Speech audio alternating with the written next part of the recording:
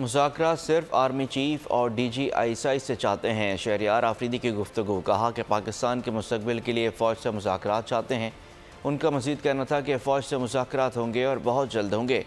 बानी PTI की शुरू दिन से मुज़ाकरात की ख्वाहिश थी। मुज़ाकरात की ख्वाहिश के बावजूद दूसरी तरफ से जवाब नहीं आया। मेरा लीडर कोई NRO नहीं चाहता, मुल्क के बेहतर मुस्तकबिल के लिए मुज़ाकरात चाहते हैं।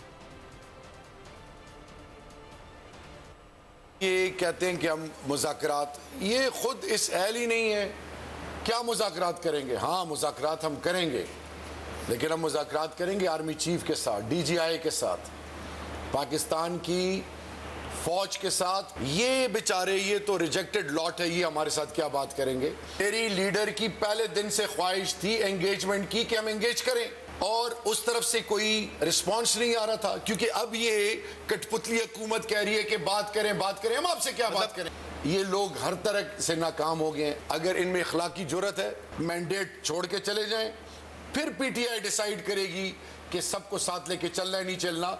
हम मुज़ाकरात पाकिस्तान के बेहतर मुस्तकबिल के लिए चाहते हैं। सब्सक्राइब करें और बेल दबाएं ताकि कोई खबर रह न जाए।